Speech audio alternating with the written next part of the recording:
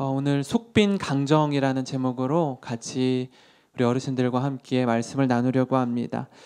우리 한국 기독교 초기에 그리스도인이라는 타이틀이 준 의미는 상당했습니다. 함께하는 이웃들과 또 잘 신뢰의 기반이 잘 다져져 있어서 그리스도인에 대한, 하나님을 믿지 않는 사람일지라 하더라도 핍박과 박해 속에서 믿음을 지키며 살아가는 모습에 그들조차도 인정하고 또 칭찬했습니다.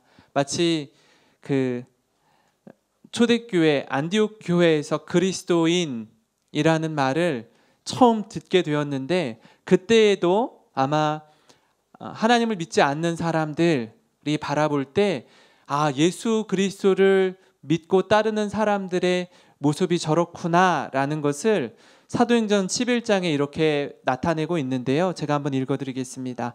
바나바는 착한 사람이요 성령과 믿음이 충만한 사람이라 이에 큰 무리가 죽게 더하여지더라. 바나바가 사울을 찾으러 다소에 가서 만남에 안디옥에 데리고 와서 둘이 교회에 1년간 모여있어 큰 무리를 가르쳤고 제자들이 안디옥에서 비로소 그리스도인이라 일컬음을 받게 되었더라. 이렇게 말씀합니다. 바나바가 없이는 바울이 있을 수 없었을 거예요.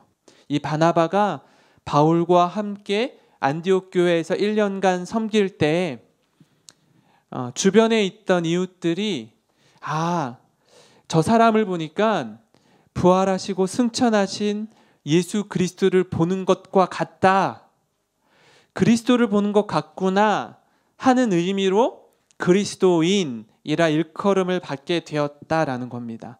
다시 말씀드리면 예수님을 믿고 따르고 순종하는 사람들의 모습이 어떻게 비춰져야 하냐면, 우리를 볼 때 믿지 않는 사람들이 저 사람이 예수 믿는 사람답구나가 보여져야 된다는 사실입니다. 그래야 그 그리스도인이라는 이름이 참 존귀한 이름이 되는데, 그렇지 않으면 예수님의 이름을 이렇게 땅에 떨어뜨리는, 또 하나님께 영광 돌리지 못하는 그런 일들이 일어나곤 합니다.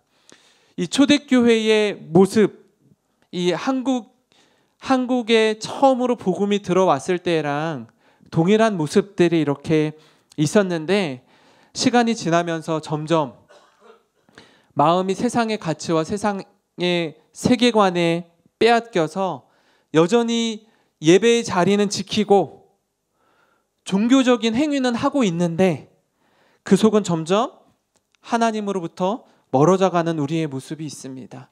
그런 모습을 속빈 강정이라고 합니다.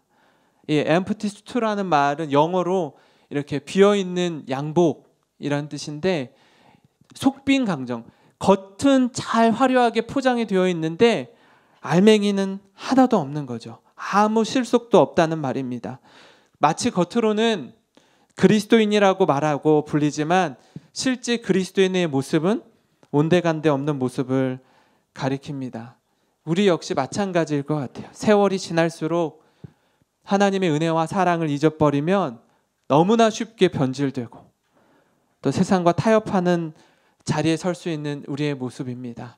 하나님 앞에서 말세를 살아가는 우리들에게 바울이 디모데를 향해서 말세에 어떤 일들이 일어나는지, 또 세상 사람들이 또 교회 안에서 그리스도인이라고 불리는 그 사람들이 어떤 가치를 추구하고 있는지 확인해 보기를 원하는데요. 이 말세라는 단어는 예수님의 처음 오신 초림과 다시 오실 재림 사이의 기간을 말합니다. 말세가.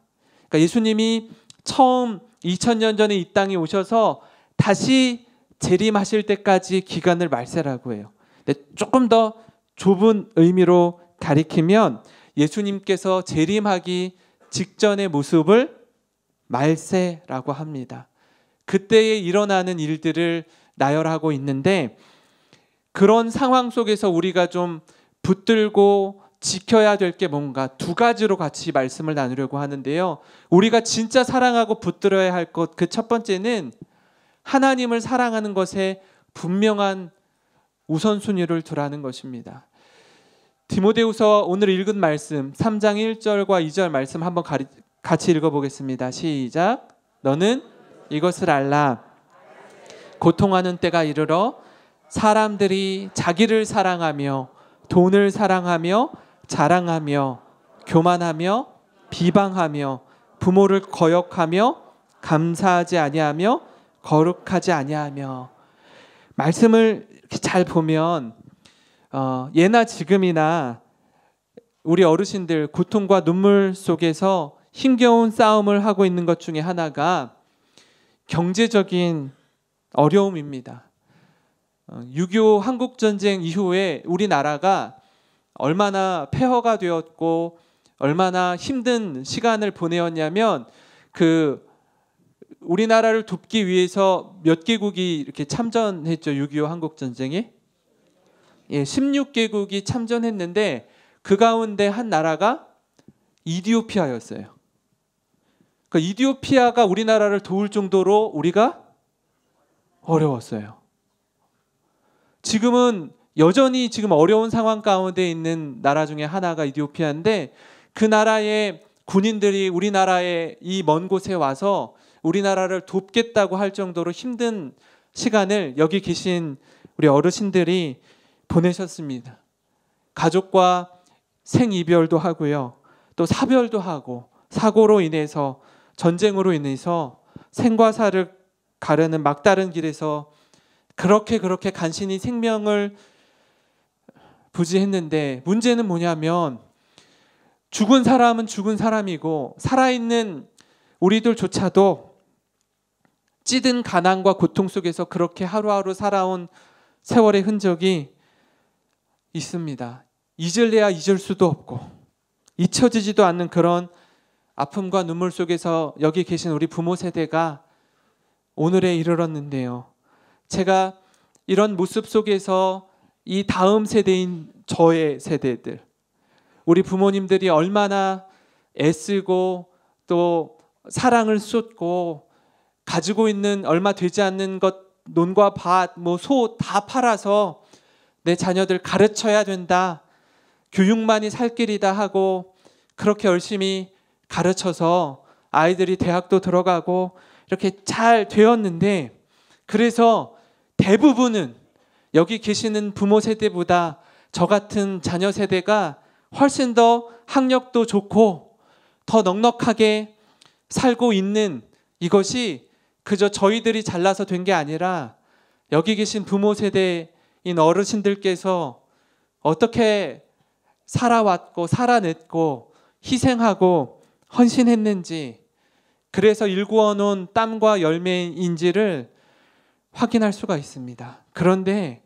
그럼에도 불구하고 그 이면엔 어두운 그림자도 있음을 봅니다. 뭐냐면 이 자녀들이 자기 사랑, 내 자식 사랑, 그리고 돈에만 눈에 혈안이 되어서 부모님이 편찮으시고 건강이 좋지 않아서 병원 신세를 지고 요양원에 가셔야 되고 이렇게 하면 그 모든 것을 짐으로 여기는 거예요. 그 모든 것을 돈으로만, 그 가치를 돈에만 두는 것입니다. 참 놀라운 사실은 뭐냐면 얼마 전 우리나라 중고등학생 1,100명에게 설문조사를 했더니 이런 195명의 학생들이 이렇게 답했습니다. 내 손에 만약 10억 원이 쥐어진다면 10년 동안 감옥에 있어도 좋다라고 말했습니다. 그러니까 연봉 1억 원어치 그냥 감옥에서 돈을 버는 거라고 생각을, 이제 가치를 여기는 거예요. 이 정도 내 손에 쥐어지면 10년 동안 감옥 생활하는 거 내가 하겠다. 근데 그럴 용의가 있다라고 답한 아이들이 1,100명 중에 195명이었습니다. 이런 세상 속에서 우리 아이들이, 우리 자녀 세대들이 살아가고 있는데, 갈라디아서 6장 7절 8절 말씀을 우리 같이 한번 읽어볼까요? 같이 읽겠습니다. 스스로 속이지 말라. 하나님은 업신여김을 받지 아니하시나니 사람이 무엇으로 심든지 그대로 거두리라. 자기의 육체를 위하여 심는 자는 육체로부터 썩어질 것을 거두고 성령을 위하여 심는 자는 성령으로부터 영생을 거두리라. 아멘. 하나님은요, 우리에게 이렇게 말씀하세요. 하나님은 우리에게 업신여김을 받지 않으신다라고 합니다. 무엇이든지 심은 대로 거두는 법칙에 우리 역시 예외가 아니라고 성경이 말씀하고 있습니다. 그저 물질의 노예로 그것을 쫓아 살아가는 사람의 마지막이 어떻게 될지 한번 생각해 보십시오. 우리가 읽은 말씀 디모데후서 3장 4절은요, 이렇게 얘기해요. 이 세상이 어떻게 돌아가고 있느냐, 무엇을 추구하느냐, 배신하며 조급하며 자만하며 쾌락을 사랑하기를 누구 사랑하는 것보다 더하며 하나님 사랑하는 것보다 더한다라고 말합니다. 우리가 말로는요, 입술로는 하나님 주님 사랑합니다, 예수님 사랑합니다, 성령님 사랑합니다 라고 말은 하는데 실제로는 돈 앞에서, 건강 앞에서, 내 현실 앞에서, 내 현실 속에 있는 손익분기점 앞에서 배신하고요, 조급하고 자만하고 쾌락을 사랑하기를 하나님 사랑하는 것보다 더하대요. 제가 이런 이야기를 들었습니다. 제자훈련, 우리 남자반, 주일 남자반 제자훈련 하는데 남자 집사님들이 이런 말씀 하시는 거예요. 목사님, 세상에서 돈 버는 게 참 쉽지 않아요. 사업을 하시는 분은 이렇게 말씀하세요. 이렇게 내가 뭐 한 20명, 30명의 직원을 데리고 있다면 거기에 한 가족이 한 4명을 부양한다면 한 100명 정도를 내 손에서 내가 일을 해야지 돈을 버는데 이렇게 접대하는 것, 술자리에 가는 것, 또 룸사롱에 가는 것, 내가 이걸 포기하면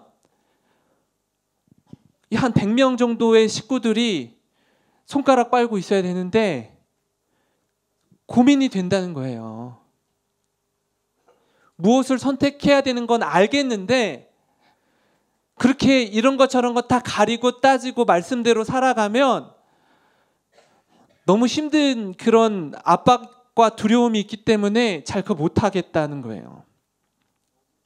또 하나는요, 한 분이 의사 선생님인데 이렇게 말씀하는 거예요. 목사님, 사실 제가 이제 이런 질문을 했거든요.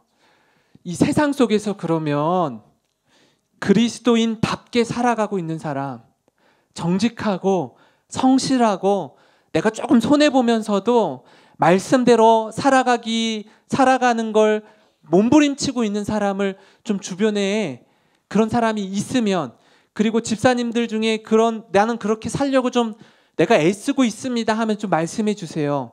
이렇게 질문을 드렸거든요. 그랬더니 뭐라고 말씀하시냐면, 어떤 분이, 제가 의사인데요, 안타깝게도 그런 사람들을 보기보다는 이렇게 좀 병원비 좀 깎아주세요. 어떻게 치료를 이따구로 했어요. 막 이렇게 따지고 돈 물어내라 그러고 이렇게 힘들게 하고 어렵게 하는 모든 사람들이 다 예수 믿는 사람이라는 거예요. 예수 믿는 사람들이 제일 그런 사람들이 많다는 거예요. 막 이렇게 힘들게 하고 어렵게 하고 굉장히 깐깐하고 막 뭐라고 하고 하는 사람들을 잘 보면 이 교회 다니는 사람들이라는 거예요. 차라리 이 사람들이 그렇지 않으면 그러려니 하겠는데 어떻게 전면에 나서서 괴롭히는 사람들을 보면 죄다 예수 믿는 사람들이라는 거예요. 제가 그 말을 들으면서 너무 가슴이 아팠어요. 바울이 디모데에게, 젊은 목회자에게 편지하면서 이 세상이 지금 어떻게 돌아가고 있느냐, 그걸 아냐, 지금 시대의 모습을요 그대로 표현하는 것 같지 않습니까? 이 4절 말씀이 배신하며 조급하며 자만하며 쾌락 사랑하는 걸 하나님 사랑하는 것보다 더하는 모습이 그대로 다 담겨 있어요. 얼마나 부끄럽습니까? 교회를 향해, 목회자를 향해 이 주는 메시지가 이 시대에도 동일하게 적용되고 있다라는 겁니다. 우리가 우상을 섬긴다, 어떤 형상을 두고서 그 앞에 절을 하고 그 앞에 복을 빌고 그 앞에 내가 원하는 걸 해달라고 이렇게 요구하고 하는 것만 우상 숭배가 아니고요. 그거는 참 낮은 단계의 우상이고요. 우리의 가슴 속에 있는 진짜 우상은요, 하나님보다 더 사랑하는 돈, 더 사랑하는 건강, 미모, 외모, 명예, 우리 안에 있는 욕심들, 그게 사실은 우리의 우상인 거예요. 내가 그거 포기하지 못하면 하나님조차도 내 소원, 내 만족, 내 쾌락을 이루어내야만 하는 도구로 하나님을 이용하고 있으면 하나님을 섬기는 것이 아니라 내가 추구하는 그것을 위해 하나님을 도구로 사용하는 것밖에 되지 않아요. 결국은 하나님을 섬기고 있는 게 아니라는 겁니다. 섬기는 신용만 하고 있는 거예요. 예수 그리스도를 주로 고백하는 우리가 진짜 사랑하고 붙들어야 할 것 두 번째는 뭐냐면요, 화려한 겉모습보다 속이 꽉 찬 그리스도인이 되라는 거예요. 교회 안에서는 권사님, 장로님, 집사님, 목사님 굉장히 나이스하고 아주 유쾌하고 마음이 넓고 좋은 모습을 보이는 것 같은데, 정작 세상에서는, 정작 교회에서는 아까 그 의사인 집사님이 이야기하는 것처럼 깐깐하고 조급하고 더 공격적이고 더 손에 안 보려고 하고 하는 모습으로 가득 차 있는 그런 모습이 우리에게 있지 않나 돌아보았으면 좋겠습니다. 사실 유명한 사람들, 명성이 있고 명망이 있는 사람들, 야, 저 사람 굉장히 훌륭하대, 야, 저 사람 본받고 싶고 존경스러워 하는 사람들과 가까이 하면 할수록 많은 경우에 있어서 야, 듣는 거랑 좀 다른데, 소문보다 참 많이 좀 부족한데, 떨어지는데 하는 경우가 많습니다. 아, 거품이 너무 많은데, 이런 경우가 많아요. 왜냐하면 사람은 자신을 포장하고 주위에서도 그냥 잘한다 좋다 하니까 좋은 줄 아는 거예요. 근데 그런 사람, 그렇게 명망 있고 대단한 사람들의 처음 모습은 그러지 않았을 거예요. 정직하고 겸손하고 신실하고 진실했기 때문에 그렇게 칭찬받고 존경받는 사람이었을 것입니다. 그래서 많은 사람들이 정말 저절로 고개를 숙일 정도로 훌륭한 사람, 존경받는 사람이었을 것입니다. 그런데 그랬던 한 사람들이 시간이 지나면서 점점 마음도 바뀌고 또 주변에서 자신을 칭찬해주고 좋아하는 사람들만 옆에 끼고 있으면 이전과는 다른 모습으로 변질되는 거예요. 오늘 말씀도 그런 교회 공동체 안에서 보여지는 모습 중에 하나입니다.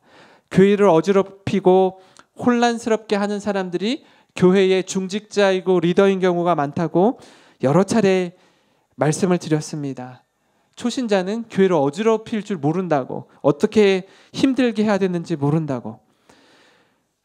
교회 중직자들을 세울 때요, 우리 교회도 그렇고 초대교회도 그렇고 아무나 권사로, 장로로, 집사로, 목사로 세우지 않습니다. 그렇죠? 아무나 세우지 않아요. 이런 오늘 말씀처럼 경건의 모양은 있으나 경건의 능력은 부인하는 사람, 이런 사람 세우지 않아요. 어떤 사람을 세우냐 하면요, 사도행전 6장 3절부터 6절에 나와 있는 이런 사람들을 세우는데요.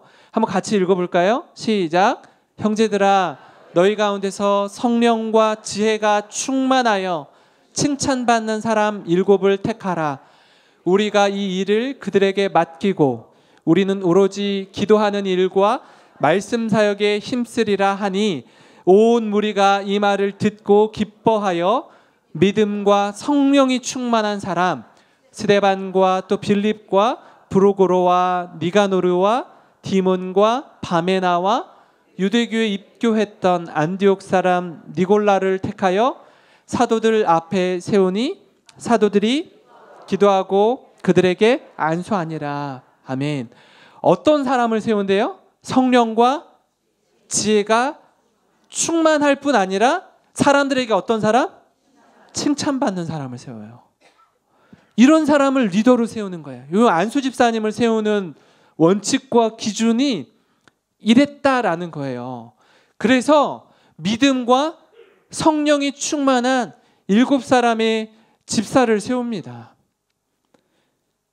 처음 세울 때는 이런 사람이었는데, 처음 세울 때 장로님들을 이런 분들로 세우는데 시간이 지나면 어떻게 이렇게 자꾸 변질된다는 거예요? 오늘 말씀을 세 번역으로 읽으면 이렇습니다. 같이 한번 읽어볼까요? 시작. 겉으로는 경건하게 보이나 경건함의 능력은 부인할 것입니다. 그대는 이런 사람들을 멀리 하십시오. 처음에는 성령과 지혜가 충만하여 사람들에게 칭찬받는 사람을 세웠는데, 그런 사람을 세웠는데 이제 뭐만 남았냐면은 겉모습만 남은 거예요. 아까 말씀드린 속 빈 강정처럼 되어버린 거예요. 속은 알맹이는 없어. 경건함의 능력은 하나도 없어요. 그냥 흉내만 내고 예배의 자리만 지키고 믿음 생활하는 신용만 내고 있는 겁니다. 껍데기만 있는 거예요. 껍데기만. 이제는 더 이상 직분이, 권사가, 집사가, 장로가, 목사가, 그 직분이 그 사람을 보증하지 못합니다. 그 사람을 보증하지 못해요. 야고보서 1장 26절 말씀 한번 다시 읽어보겠습니다. 시작. 누가 스스로 경건하다고 생각하면서도 혀를 다스리지 않고 자기 마음을 속이면 이 사람의 신앙은 헛것입니다. 남이 그렇게 생각해 주지 않고요, 자기 스스로 경건하다고 생각해, 말은. 근데 혀로 다 까먹어요. 혀로 다 까먹어요. 그리고 자기 자신을 속여요. 자기 자신의 진짜 모습은 아닌데 직분으로 자기를 포장하고요, 내가 장로고 권사고 집사인 걸로 자기를 포장해서 경건한 신용만 내고 있는 거예요. 이런 신앙은, 이 사람의 신앙은 헛된 것이라. 아무것도 아니래요. 꽝이래요. 꽝. 우리 어르신들은 어떤 자리에 계십니까? 제가 마지막으로 이 말씀 드리고 마칠 텐데요. 1912년 4월 14일 영국에서 지은 이 타이타닉호, 처음 출항한 배입니다. 처녀 출항하고 빙산에 부딪혀서 1514명이 사망하고 710명이 구조되었습니다. 생각을 해보세요. 지금이 몇 년도죠? 2018년도를 우리가 살아가고 있는데 100년도 더 됐어요. 1918년도 아니고 1912년이면요. 지금으로부터 106년 전 이야기입니다. 106년 전에 지금 저거만 숫자만 봐도 대략 한 2200명 이상이 타는 배를 영국에서 만들었어요. 타이타닉이라는 배를 만들어서 처음 띄웠습니다. 그런데 배가 빙산에 부딪혀서 침몰하는 과정 속에 그 생존자 2등 항해사가 이 찰스 레히틀러라는 사람이 있는데, 이 사람이 이렇게 그날을 회고하면서 그때 당시의 상황을 이야기해 주었어요. 우리 영화로도 많이 보기도 했는데, 사실 이때 이 710명의 구조된 사람들 가운데 여성과 노인과 어린아이들이 많았다라고 이야기해요. 근데 저도 이제 이분의 이 인터뷰를 보면서 뭘 느꼈냐면, 이때 당시에 예를 들면 우리가 그 자리에 있다고 한번 생각해 보세요. 남자들이, 이 젊은 저 같은 사람들이 아내와 자녀와 또는 부모님을 먼저 이렇게 배에 그 구조선에 올라타시라고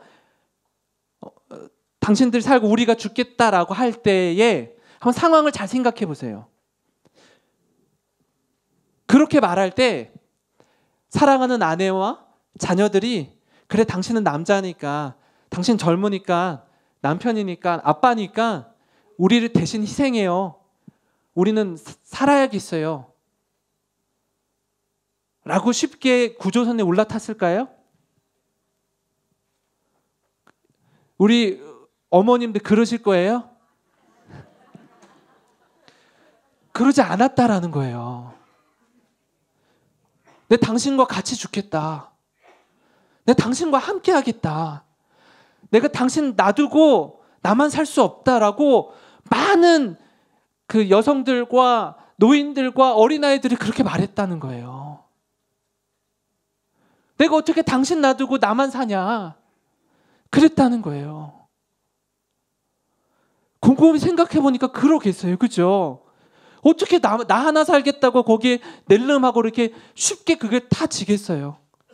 당장 내 남편이, 내 아들이 이렇게 죽어가는데, 내 아빠가 그렇게 죽어가는데 어떻게 그거를 쉽게 보겠어요. 아무리 살고자 하는 본능이 있다 치지만,